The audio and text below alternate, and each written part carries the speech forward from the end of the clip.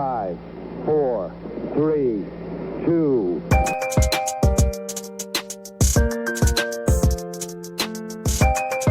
Tier 1 performance.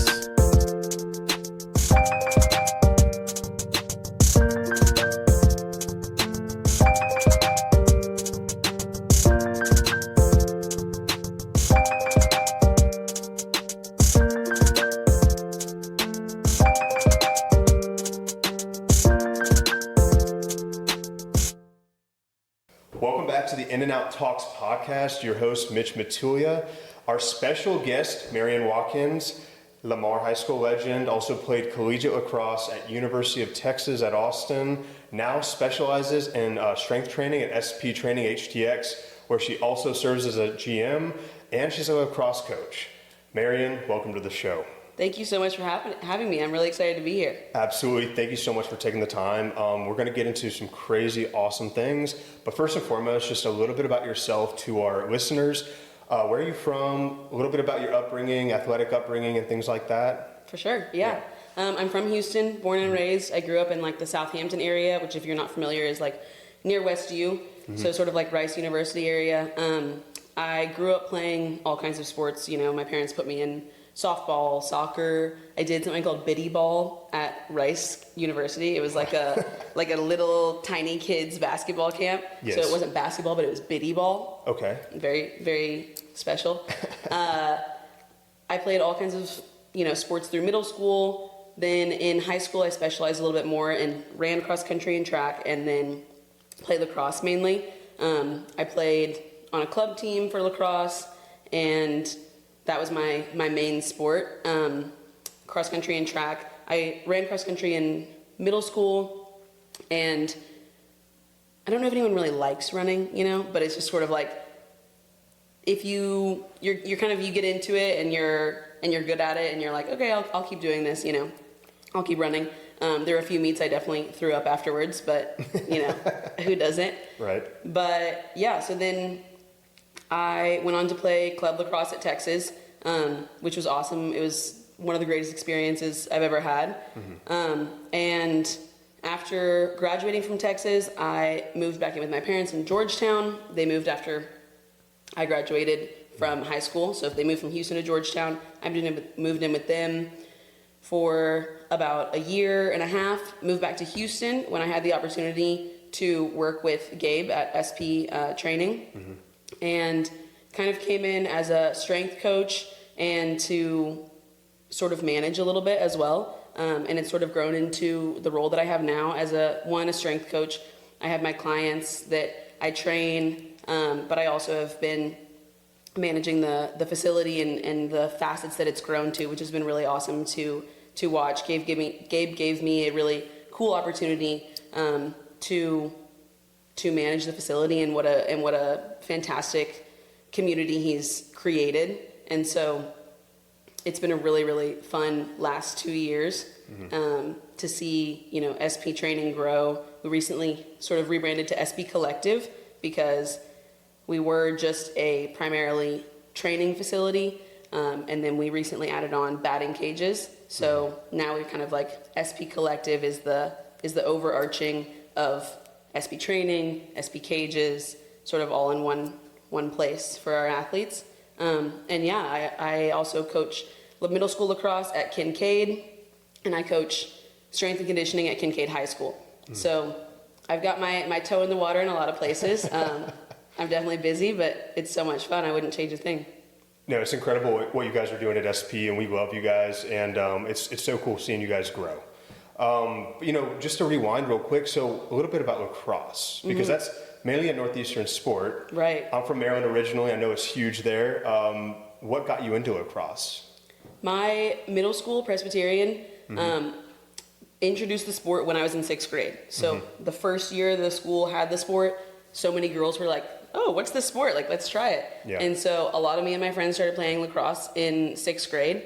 I was still playing soccer at the time, so I was just kind of like, I was still playing soccer and I was running cross country.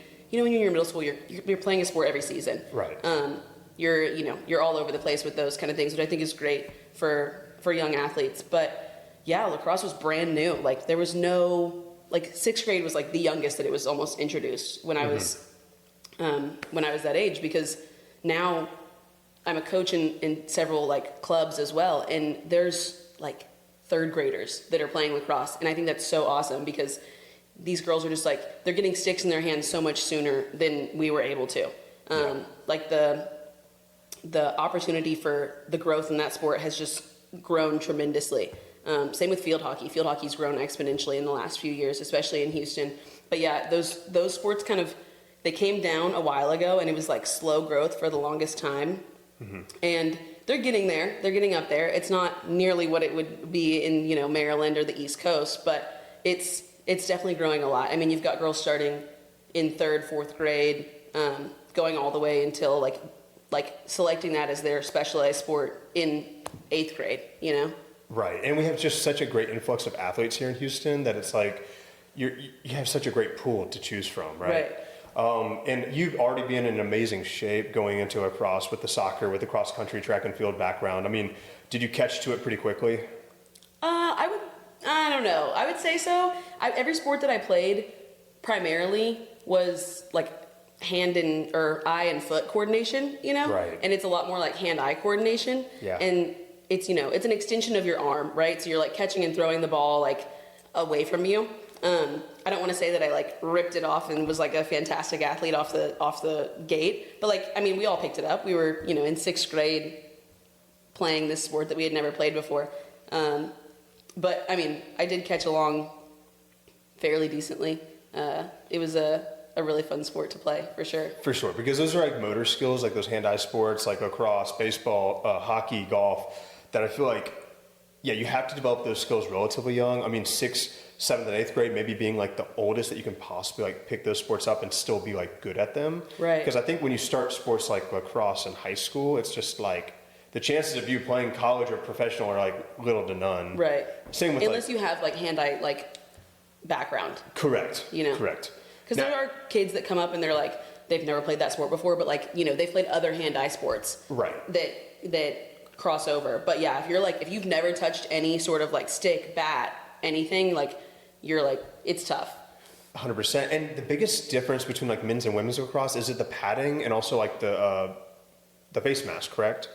Yes. So in girls lacrosse, you just wear a mouth guard and goggles. But the rules are totally different. Like it's a different field even. Like it's not the same start. It's not the same setup. It's not the same like player layout. So it is quite different from boys lacrosse. They're technically contact sport, and we're technically a non-contact sport. Okay. Which is really interesting because women's lacrosse isn't at all non-contact. It's just considered a non-contact sport. But you're seeing a lot more helmets actually. Girls wearing helmets. Really? Mm-hmm. Is there checking in women's lacrosse? Yeah, there's checking, but it's not to the body. It's not body checking. Okay. Yeah. And then as far as like, I mean, scoring, everything's the same in that regard? Right, yeah, like 1 goal is 1 point, that kind of thing. Okay. But like men's lacrosse, they shoot from like 20 yards away, you know? Yeah. Girls lacrosse you're shooting from like at most like 12 meters away, really. Okay. Because like, what's the miles per hour? Like, how hard are you shooting? So our sticks are more shallow than the men's sticks, so we can't get as much mileage or mile per hour on that on the ball, but probably around at like the collegiate level, probably around like 45, 50 miles an hour. Okay. I mean, it's still humming it. Yeah. But I mean, like a lot of the times though, we're not ripping those shots. Most of the shots that are taken in women's lacrosse are like this far from the goal. It's not always like a rip, you know? Correct. Because there's like bounce shots and there's like, you know, there's different forms of shooting, right? Right. There's a lot of finesse more in women's lacrosse. Yes. In men's lacrosse, I think there's a lot more just like you wind up and you just like rip the ball. And it's like there's obviously a ton of skill in both sports, but like the speed is a huge factor in men's lacrosse and getting that ball into the goal. In women's lacrosse, I think there's a lot more of like, you're like up there with the goalie one-on-one and like you're faking her this way and going that way. And then both shots happen in both sports, obviously. There's finesse in men's lacrosse as well as women's lacrosse, but I think there's a little bit more just because of like the layout of the sport. You know, we're way more close to the goal and a lot of times they're further away from the goal. Understood. And going into high school, were you still doing multi-sports? Like, were you still a 3-sport athlete? I ran cross country in high school. I played lacrosse, and then I pole vaulted as well. Oh, wow. Mm-hmm. Okay, so you have some strength, some upper body strength. I tried doing pole vaulting in middle school, and I think I landed on one of the holders of the pole. Oh, it's tough. And I think it was like the first week I was introduced to it as well, so I just quit after that. I was like, I'm not doing pole vaulting. It's tough to recover from something like that. There was one time where I hit the barrier, and then it obviously it knocks off very easily.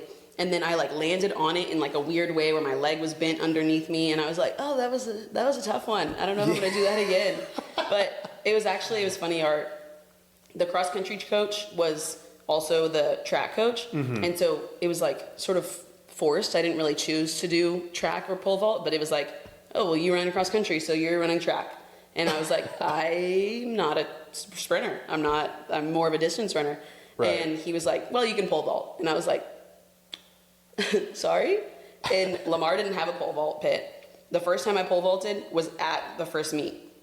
That's crazy. So y'all are just doing walkthroughs or run-throughs. Yeah, we had a portable little pit where you could run and get your hands right to where you were how you're supposed to finish through, Yeah. And so you could run into it and do that, but we didn't have an actual pit where you're getting over a barrier and doing the actual thing. Yeah. Did your coach know what he was doing, or was it kind of one of those situations where it's yeah, he YouTube coach? Okay. There was no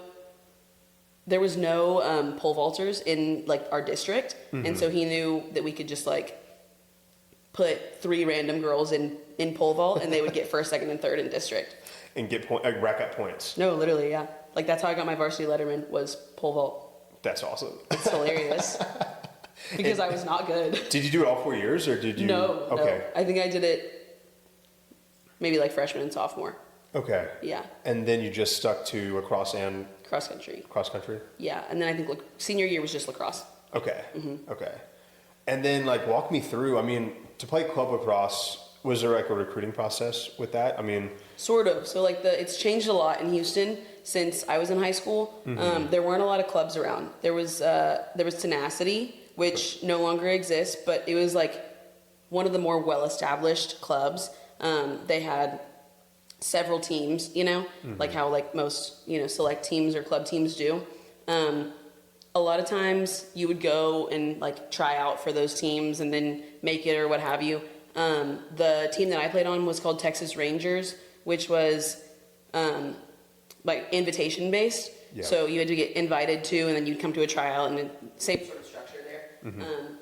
But that team no longer exists, unfortunately, as well. But now the structure is so much more solidified. There's so many more club teams that these girls have access to, which is really awesome. But yeah, when I was in high school, I played for the team called Texas Rangers. We went to several, tournaments across the U.S., showcases, that sort of thing. The recruiting process, I feel wasn't super prominent, at least for me. It wasn't this is the date the coaches are going to reach out to you by, this is the date that you can reach out to them.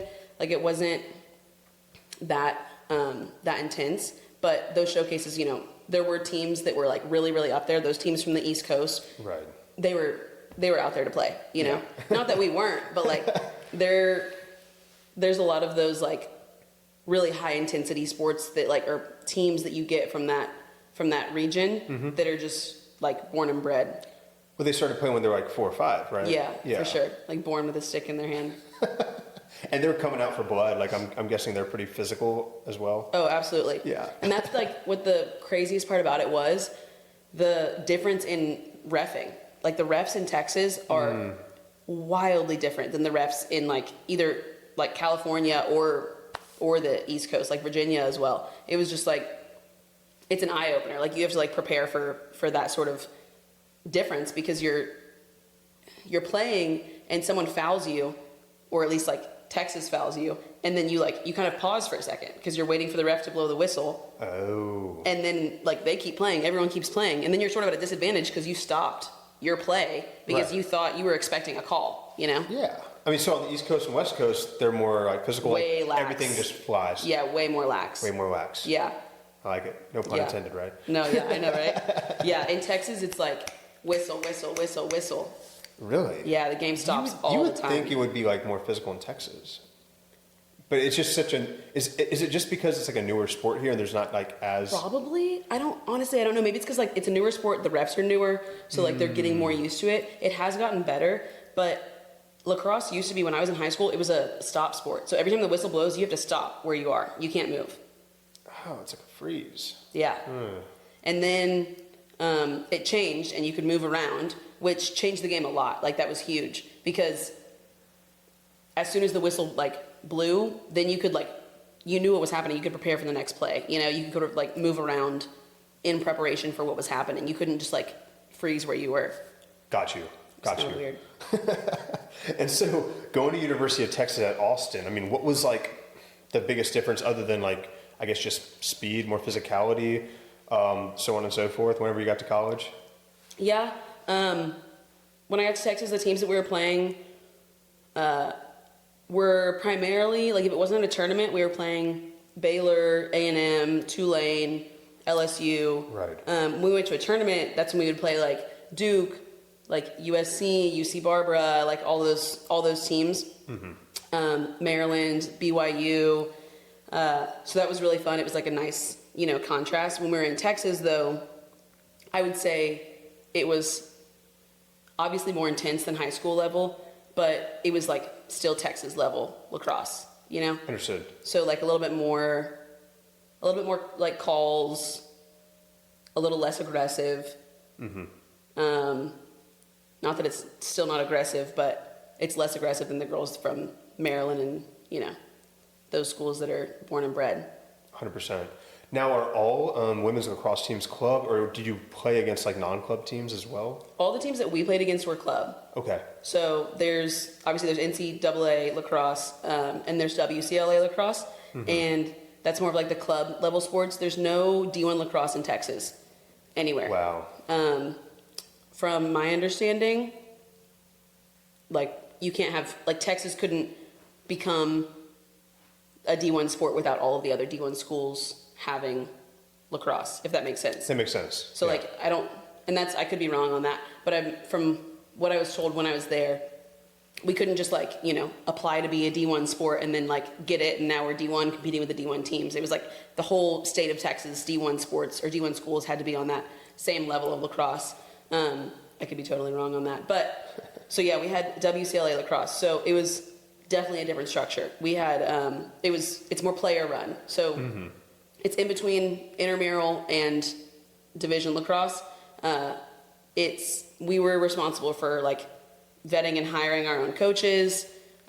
We were responsible for booking our travel. We had, like a president, a vice president, like a social chair, all those things, like responsible for sort of like maintaining the team and, running the team. Right. Our practices were not as frequent as like a D1 or a D3 school would be. We practiced like 2 to 3 times a week, and then we'd have games on the weekends. But yeah, it was fantastic. I loved it. That's awesome. That's so cool. Because I mean, that's a sport that like I don't know. I enjoy watching it whenever it's on TV, played at the highest level. But it's like I don't know the technicalities and the rules and I Right. guess for like traveling purposes and for budget purposes, is that the main reason why you can't have like a D1 team at UT without every other school having a Division I school, is because like the traveling and like all the expenses and things like that? It might be. I'm not honestly sure. I don't know. There was some talks towards the end of my time at Texas about making the men's team Division I, but not making the women's team. And then there was like some Title IX like stuff going on there, so it was a little bit like tricky. There was some gray areas there. I'm not sure what the reasoning is behind it not being able to be D1. A lot of these teams that we played against, like BYU and those types of schools, we were playing against their club team, but it was I guess the girls that didn't make the D1 team. Got you. Yes. Now, is the season similar to that of soccer? Does it start in like the late fall and go into the spring? It's a spring sport entirely, yeah. Okay. So we start in like January, February. Okay, got you. That probably explains why I never played it. It's Yeah. like my dad's like, you're playing baseball for lacrosse, like Right. being from Maryland or whatever. So I was like, okay, so just strictly spring. Now you went to you lived in Georgetown a little bit after graduating, right? Yeah, And you played yeah. all 4 years at UT, correct? Yeah, well, there was COVID in there somewhere, so there was some restrictions on obviously our play there. But yes, all 4 years. That's awesome. Mm-hmm. And then moving back to Houston, reuniting with Gabe. So what is like, talk to me more about SP and like exactly like what you do there, what you guys are about, and like, you know, how athletes can get started with SP that live in the Houston area. Yeah, definitely. SP is like so unique and so fantastic. Gabe started SP back when he was probably like my age or a little bit younger, and he was training his own like teammates at JUCO in baseball. And it's just grown since then. He's created an incredible community. It started primarily, he was training his baseball teammates, so it was a baseball gym. It's still primarily a pretty heavy baseball gym, but we've branched out to other sports as well. A lot of like primarily rotational sports, football, golf, lacrosse, softball as well, that sort of thing. And it's a performance facility, we like to call it. So we've got, you know, strength and conditioning, speed and agility. Clients or athletes can come to us with, you know, whatever goals they have, whether it's I want to get faster, I want to get bigger, I want to jump higher, those sorts of goals. They come in, they get an evaluation, they're paired with a coach, and you know, depending on whether they want to join a group, one of our group sessions, or if they want to have one-on-one training for a little bit more individualized programming, that's an option as well. We have 2 facilities that we train out of, sort of on both sides of Houston, one in East Houston, one in West Houston. So some options for our athletes for what's more convenient for them. But yeah, I joined SP back in summer of 23, right when I moved back to Houston. And I started, the summer is like, I mean, you're in the performance field, so you understand like the holidays and the summers are when like business is booming, you know? Right. You've got like all of your college guys are back in town and they're training. All of your high school guys have so much more free time. You've also got your middle schoolers, all that kind of stuff. So when I came in, like it was like right into it. There was like summer ball going on that we were coordinating. There was like SP had like a summer ball team, I think, so that was also being managed. There was 2 college groups, I think. Each had like 20 or so guys in them. They were about like an hour and a half long each, so like that would happen in the morning. And then you'd go into like your high school groups, and the energy was just like fantastic, you know, like, I mean, you've been to Gabe's place, like the, you know, garage doors up, music loud, like just a vibe. And just seeing how many athletes, you know, come in the door, feel that energy, and, you know, it like inspires them has been like such a cool thing over the last 2 years. 100%. I couldn't agree with you more. Like walking into that facility for the first time with Gabe and just seeing like the competitiveness in these guys who are serious about playing at the next level. I mean, that's what SP is all about, and that's what I love. It's like, it's not for guys, I mean, it's for self-motivators. I mean, the kids who go there, they want to play at the highest high school, collegiate, professional level possible. Right. And now, do both facilities, do they cater to all athletes, like of any sport? Yes. Okay. And what are some like the youngest guys that you have and gals, and then who are some of the oldest, you know? Yeah. The youngest that we've had is probably actually one of my clients. He started when he was like 7 or 8 years old. Yes. And he was working on speed and agility at first. Now we've kind of like moved into a little bit more strength as he's gotten a little bit older. But yeah, so that would probably be the youngest. It's not like we have a bunch of 7-year-olds, but that's the youngest that we've trained. The oldest is probably around like the pro age, so Yes. 25, 26, 100%. somewhere in there. Now, what are some of like the machines that you utilize to, I guess, test their before and after? Because I saw that rotational machine that you guys have at the East Downtown location. Yeah, the Proteus. Yes. Yeah, it's super cool. What does that test? Is that just overall torque? Kind of, yeah. Okay. There's tons of tests on the Proteus like software, which is super cool. You can test for like, you can test for golf, you can test for quarterbacks, you can test for football, you can test for like all these sorts of athletes. And it's just testing the movement patterns that are key in your sport, you know? Yes. So testing your overhead, testing, you know, your torque in your torso, testing your vertical jump, all sorts of things. But yeah, it's kind of like a really intense looking device. It's massive and it like, it moves like really oddly, you know? It looks like it should be in a lab or something like that. Yeah, no, definitely. But it's like, it's super cool because it moves 360 everywhere, you know, like you can turn the handle, you can move it this way, that like left, right, up, down, all over the place. So it's really cool for one, testing, but two, training, you know, because you can train a lot of, the whole thing with the Proteus is that it's kind of like, it's like you're moving underwater. So it's the same amount of resistance no matter where you're going. You know, with like a squat, you're resisting gravity on the way, or you're resisting gravity on the way up, and then your gravity's helping you on the way down. Yes. With the Proteus, it's not that sort of resistance. It's just, you know, all the way through. It's like you're moving, if you ever try to like run underwater, you know that it's like, it's really challenging to move your legs, you know, through the water, but that's kind of how the Proteus mimics that movement and that resistance, which is cool. So it tests overall like kinetic strength in a way? It tests speed and power. So Okay. how fast you move the device, like the handle, and then how powerfully you do it. So with how much force you do it. That's awesome. Mm-hmm. And so like, I guess, you know, you guys offer different size classes, right? So you have one-on-one and then like a 3-person? I mean, what are some of the size classes that you guys offer at SP? Yeah, definitely. So we have one-on-one, we have private sessions. We have, even on top of that, we have like evaluation plus a one-on-one. Like you could just come in and get a one-on-one session.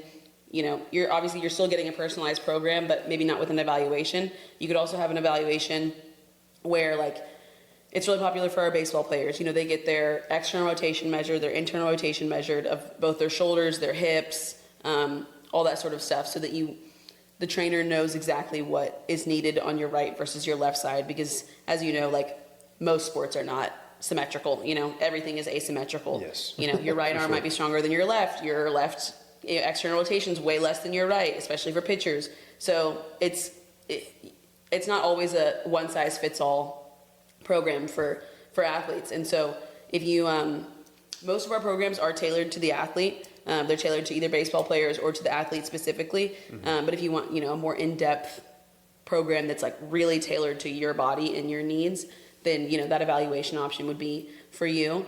In terms of groups, if you had like a few teammates that you wanted to work out with, that could definitely be a group that you create. Otherwise, we sort of have like specific high school groups. So there's, you know, like Milby High School, for example, was a high school that came and like their whole baseball team worked out at a certain time, you know, 3 days, 4 days a week. There's other just like generic groups, like a high school, like it's our high school group. If you're freshman, sophomore, junior, senior, you can come work out in this group. We've got like middle school groups. At one point we did have a younger group that was like 9 to 12 years old. Yes. So there's a lot of ranges. Anything's sort of possible, you know, with coaching. You can tailor to the athlete and to their needs pretty easily. That's incredible. And do you spend time at both locations, or are you mainly out the west side now? Now I'm a little bit more on the west side. Since we've opened up the cages, I'm spending a lot more time on that side. I don't go over to the East Downtown location as much, but we've got a few coaches over there that are running it pretty well. And so yeah, I'm mainly over here on the west side of Houston. And shout out to that new location, because like it's beautiful. Jordan and I had the honor of going to the grand opening for you guys, and so any of you listeners out there that live in the Houston area, specifically on the central west side, go check out SP Cages right outside the Galleria, because it's incredible, and the technology you guys have at that new facility is pretty crazy too. Oh yeah, it's awesome. So you have a hit tracks, and then what other cool toys do you guys have over there now? We have a hit tracks, and we've got 3 hack attack machines. So for, you know, a little bit faster base batting practice, you can use those. We also have a TrackMan for pitchers, and an Edgertronic for pitchers as well. So that's been super cool. Yeah, so our equipment over there is top of the line, which is really nice. And all the weight stuff is completed as well, like all the platforms? It's super close. Okay. So we have 6 squat racks, which is going to be super awesome. We've got like a turfed area, a plyo wall, a curve, a cable machine, lots of dumbbells. So we're really close on that space right now, which I'm really excited about. We've been working on that, since the opening. Yes. But yeah, it's close. I'm really excited. Let me and Jordan know, because we want to go check out the final product of that. For sure. So Marion, a lot of athletes come to me and they ask when they should start weight training, when they should start getting with a nutritionist of some sort, for nutritional advice. Mm-hmm. What is your recommendation for athletes when they should start weight training or resistance training in general? Yeah, I think that number is changing, which is exciting. Mm-hmm. When I was in high school, weight training was not really a thing. That was not prominent at Lamar. It wasn't something that was encouraged really. We did have someone that with the lacrosse team, we went to twice a week, but it was mainly speed and agility. It wasn't really, you weren't putting a bar on your back. You weren't deadlifting. It was mainly just ladders, hurdles, jumps, that sort of thing. I think that it's really cool that strength is becoming so much more of a factor for these athletes, because it is so important in injury prevention, in your performance and everything. I think that at the very least, high school should be when you're starting strength training freshman year. If you want to get a jump on it, I would say maybe 7th to 8th grade, you should start doing some either with your school or, with your dad or with your mom or whatever, getting either some body weight stuff, a nice introduction to it. Mm-hmm. Don't go crazy and start cleaning, but getting into the gym, getting into the weight room, getting familiar with, form, patterns, movement patterns, squats, deadlifts, benching, all that sort of stuff. I think 1, it's important for your athletic development, but 2, it's important for your knowledge once you get into the weight room in high school, because inevitably now, especially in male sports, not so much unfortunately in female sports, but you're getting into the weight room in high school, whether you're football, basketball, lacrosse, baseball. So a lot of times, unfortunately, there's not a designated strength coach. Right. So maybe you're working with, the head football coach. Maybe you're working with some guy who lifts himself, and so he feels like he can teach all these 50, 16-year-old kids how to lift. And you end up with a lot of, ego lifting, with a lot of distractions, with a lot of poor form and high weight, and they're getting put under all this pressure to be, perform in the weight room without the proper instruction. So if you can get a jump on that and know how to lift, know what you should be feeling, where you should be feeling it, what the proper form is. If your back hurts during this, that's not what you should be feeling. People get a lot of confusion, I feel with especially with my younger athletes. I'm oh, where do you feel this? And they're what do you mean? What do I feel that I feel it here? And I'm okay, what muscle? There's a lack of knowledge in terms of oh, this is my quad, this is my hamstring, these are my glutes, this is my chest, this is my, there's a lack of understanding of where to feel certain things. Not only that, but also in terms of what the difference is. Is it a pull feeling? Is it a soreness feeling? Is it a fatigue feeling? Yes. And it's so hard to which I'm sure to understand that with your client, because you're not in their body, you don't know oh, that didn't feel right. And it's did it not feel right because it was pulling, or did it not feel right because you don't know what being sore feels like, Exactly. I couldn't agree more. We see that oftentimes with a lot of athletes. They're it feels like I tore something or strained something. It's well, what'd you train yesterday? Oh, I did lunges and squats. And I'm okay, well, maybe we shouldn't do sprints today if you're still sore and you're still recovering from a heavy leg day or something like that, right? And how much does lower body strength correlate with speed and explosiveness? I would say the most. Yeah. I mean, being able to move weight fast is going to translate to that field, to the court or to the whatever it is. Being able to, I was just telling some of my athletes this week, going back to poor instruction in the weight room, a lot of times you're instructed to like, just drop the weight and then you're trying to push it afterwards. When people they're trying to bench and it's like they just bounce it right off their chest. Right. Or they try to squat and they just drop straight down. And it goes back to where gravity's helping you is if you can control against gravity is when you can control that weight and your muscle has reached the level of strength that you're at, Yes. You can put 225 on the bar and bounce it off your chest, all day long. Mm-hmm. Can you, eccentrically control it for 2 seconds and then explosively concentrically push it off your chest? Yes. Probably not, I mean, you can, but these athletes are back to the ego lifting, they're trying to push this weight fast, but in turn they're not controlling it eccentrically, And so tempo's huge, Yes. And it's one of the most sorely ignored things in the weight room is tempo because, and I have so many, I have a softball player who, when she first started with me, I was like, slow down. You don't need to be squatting that fast. You don't need to be dropping to the floor and then spiking back up. But if you can control that weight that's when you train your muscle. Time under tension is when you can, your muscle doesn't know what reps are. 10 right. reps, 12 reps, 8 reps, whatever it is, your muscle doesn't think, okay, that was 1, that was 2, that was 3. It's the time that you put your muscle under tension, which obviously, but that's what equates to muscle growth, muscle change, muscle adaptation, body adaptation, speed, all that sort of stuff on the field. 100%. And I think there's recent studies that I just saw that said anywhere from 6 reps to 30 reps is generally all the same when it comes to hypertrophy. It's just, are you getting close to failure? Is the intensity there, right? Mm-hmm. But also, like you mentioned, is the control on the eccentric there. And I think, I've had the privilege of working with athletes and bodybuilders and finding a happy medium because, obviously both lift a little bit differently. Mm-hmm.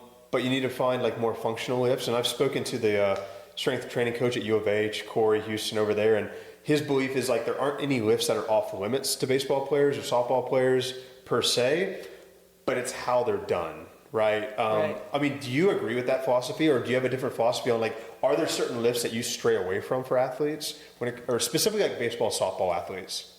Not necessarily. Mm-hmm. I think it just it depends on the athlete and their needs. With baseball and softball, they're rotating a lot. And they're rotating a lot in one direction. So in season, I like to do a lot more anti-rotation sort of work for their core and maybe rotate the other way a few times. But in terms of the major lifts, I don't think there's anything I'm necessarily staying away from for a particular reason. Just as long as the form's sound. Yeah. Okay. Yeah. For sure. I mean, as long as they can complete the exercise, if the athlete tries a deadlift and they've got a totally rounded back, then it's not really something that I'm gonna right. We're gonna maybe ease off that and try something else first to build that strength up. But out of blanket umbrella exercises I'm avoiding, no, not necessarily. That was my belief. It's I did dumbbell bench, I was doing pull-ups and deadlifts as a baseball player, and if you look at big leaguers, they're doing all those lifts, especially in the off season. Yeah. They're all deadlifting. I mean, whether it be a hex bar, whether it be a traditional barbell, because they're trying to shock their central nervous system. They're trying to get overall strength and output because that's going to, in turn, put less strain on their elbow, on their shoulder, especially for pitchers out there. Do you stick to a certain rep range when it comes to off season versus in season? I think it depends, again on the athlete and their needs. Mm-hmm. Also on the exercise, is it a main lift? Is it an accessory lift? Sure. Are we working more on, because within one day of an exercise, you might be doing hypertrophy on one muscle group and then more strength based on another muscle group. So I would say probably for strength, I'm going to stick more in the 4 to 6 to 8 range, depending mm-hmm. on the weight. But like you said earlier, it's again not so much about the reps, but more about, are you getting close to failure? Are you, I tell my athletes at 8 reps, I want you to be able to do 2 more max. 100%. Not 5, 6, 7 more, Correct. So I think it's more important. how the athlete, perceives the exercise and the weight that they're doing than like their actual reps. Because a lot of times we'll be doing an exercise and they're like really struggling, and I'm like, do as many as you can. Like, because if you're getting to failure or you're getting to close to failure, then we're at the right weight. Like, we're at the right rep range there. Yes. You don't have to do, 10 reps with that weight. And as long as the form's still sound, like they're not Absolutely. curving their back, right? Like, I like that a lot. And so whenever you write programs for athletes, do you like to do like 4 days, 5 days in the weight room, like in the off season versus like maybe 3 days in season? Like, what is your belief system on like the amount of days weight training? Yeah. Again, I think it depends. I think the answer to like anything in our industry is it depends. Sure. There's not a blanket answer for everyone that's going to fit, every peg. But in terms of training for my programming, it depends on like, are they lifting with their school? Do they have, are they doing their own exercise? How many tournaments they have coming up? That sort of thing. Like if they have a really big tournament this coming weekend, we might still work out, 2 or 3 times, but maybe one of those is a little bit more like body weight focused or mobility focused. And it depends on their goals as well. Like, are they trying to get faster and stronger and bigger? Maybe we'll go for like 4 days a week. I would say 5 days a week is intense for high schoolers just because they have so much other stuff going on, even if they're not lifting with their school, they've got like kids' birthday parties where maybe it's like some kind of fun athletic themed thing. Like, it's just to lift heavy and intensely 5 days a week for a high school kid, it's going to start to get towards that, like, and they're playing other sports or club sports or something, you're going to start to reach like that 2 a day, notion, and they might start to get into that overtraining area. Right, which you're more susceptible to injury at that point. Mm-hmm. Yeah. Absolutely. And speaking of which, I mean, like, what's your stance on nutrition and sleep? I mean, obviously, like, everyone has their own point of view on that. Obviously, it's super important. So, like, I want a lot of my athletes to listen in on this on here. Roughly how many? I know every individual is different, right? But for the most part, 3 to 5 meals a day for most athletes. Yeah, I would say so. I would say, again, I don't have any sort of certificates or degrees in nutrition, but I would say that, like, one, your water intake is super important. I think also, like, you're seeing a lot of athletes, I mean, this isn't new, but a lot of athletes cramping. So, like, your electrolytes and minerals are super important as well. Getting the right amount of water, not just like plain water, but, maybe you add a element in there. Maybe you add, a liquid IV, or maybe it's just some straight up table salt. Like, getting your electrolytes and minerals in where you can. Gatorade obviously also is great. In terms of meals, yeah, I would say that, like, a lot of kids don't really do everything that they should be doing. They're skipping breakfast because they're just rolling out of bed and going straight into school. Especially for those athletes that are lifting with their team before school, they should definitely be eating at least like something. I know that, like, some kids, it hurts their stomach to eat, a big meal in the morning and then lift or something, but, Sure. have like a protein shake, have like a bar, something that like gives you some carbs, some energy, a little bit of protein before your lift, before your day. And then, having some snacks throughout the day, having some big meals. I think the largest focus for me recently has been, your protein intake. I think that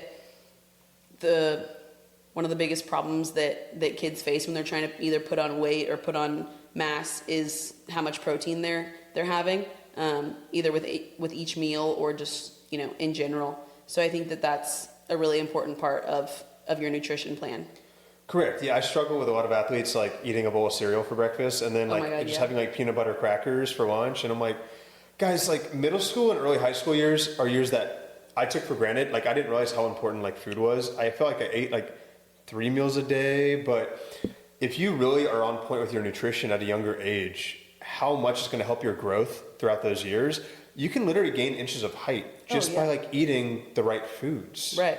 It's crazy. I mean, like, it can impact your performance in such a big way. Oh yeah. And that's, like, so, widely ignored with sleep and nutrition, hydration, stress is a huge one. All those sorts of things, they all play into your performance, and it's getting more and more talked about, obviously. I feel like at the elite level, you know, it's always been a thing because, you know, that's your entire career. Like Right. you are being paid to be the best version of yourself, physically and mentally. So like, you know, your sleep is on point, hopefully, you know, your nutrition, all of that stuff is like monitored. At the high school level, I feel like that really wasn't an emphasis, at least not for me and like my friends. It wasn't like, make sure you're getting enough sleep, make sure you're getting enough protein. Like that wasn't really a focus at all. And so I think it's interesting now as like a strength coach to sort of like look back on my high school and college years and see what I could have done differently and what my performance could have been based on those changes. Right, and part of it too is just being around the right resources. You know what I mean? And that's what SP has, is the resources, the mentoring, the guidance that you can help these young athletes grow. And it's not mom or dad, right? Because kids don't like to listen to mom and dad at that age. No, of course not. So, I mean, yeah, I think like looking back on it, I wish I had put myself in a position where I was involved with the facility to where I could have been coached on nutrition, like weightlifting. Because like I kind of had to learn via YouTube. You know, I was just like watching Ronnie Coleman videos and like, you know, just like, all right, this is how we're doing this. Right? This is intense. Right. Yeah. We're going to scream a little bit. Okay. Yeah. But like having the proper guidance, the talent is so much greater in sports today, right? So it's like to separate yourself, you have to do the little things like nutrition, like the sleep you were talking about. Getting to bed by 10 p.m., 11 p.m. if you're a high school, college kid, because every hour you go to bed before midnight, it's better quality sleep than if you go to bed at midnight or 1 a.m., you're not getting the same kind of recovery. Right. Even if you're sleeping till 11, it's like 12 hours is not the same. Correct. Whether like 11 p.m. to, you know, 11 a.m. is not the same as like 8 p.m. to 8 a.m., which I'm not saying you should get 12 hours, but, you know, just to make math easy, it's, you know, it's a different quality of sleep. It is. And now with the money that's out there in the NIL world, it's like this can literally help you get paid, like at the college level. Which I think has made a huge difference. Like people are paying a lot more attention to what they, you know, eat, drink, how they sleep. I think that like those sorts of supplements and like, you know, energy drinks and that kind of stuff, like is making more people and more athletes pay attention to what they're doing themselves. Correct. And I think like even at the professional realm, you don't see a lot of athletes even abusing alcohol anymore. It's like, that's like not a thing. Right. You know, but back in the 90s and early 2000s, it was like, you go on vendors, they right? go one-on-one. Yeah. But every little bit matters. And it's like when there's these hundreds of millions of dollars being thrown around on contracts, it's like, you need to be healthy, because if you're not, like the best value you can have is being on the field, right? And if you're not eating right, if you're not sleeping right, that's going to put you in a position where you will get injured more easily. Right. Absolutely. Yeah. Well, Marion, thank you so much for coming on the pod. I know we could talk for hours longer, but I know, UT and Georgia are playing in about like 10 minutes. I want to make sure you get fair enough. But thank you so much. We're going to get you back on, and again, have a great one. Thank you. Yeah, it was great. It was great being on here, and I'm excited to see where this goes. And real quick, where can they find you on social media? Are you on Instagram, TikTok, etc.? I don't personally have a performance Instagram. I mean, it's on my to-do list to make one. Yes. But probably just SB Collective. SB Collective Houston is our Instagram, as well as our website. So that's where y'all can find me. Awesome. We'll be sure to tag you as well. Definitely. Thank you, Marion. I appreciate it. Yeah, of course. Thank you. That was awesome.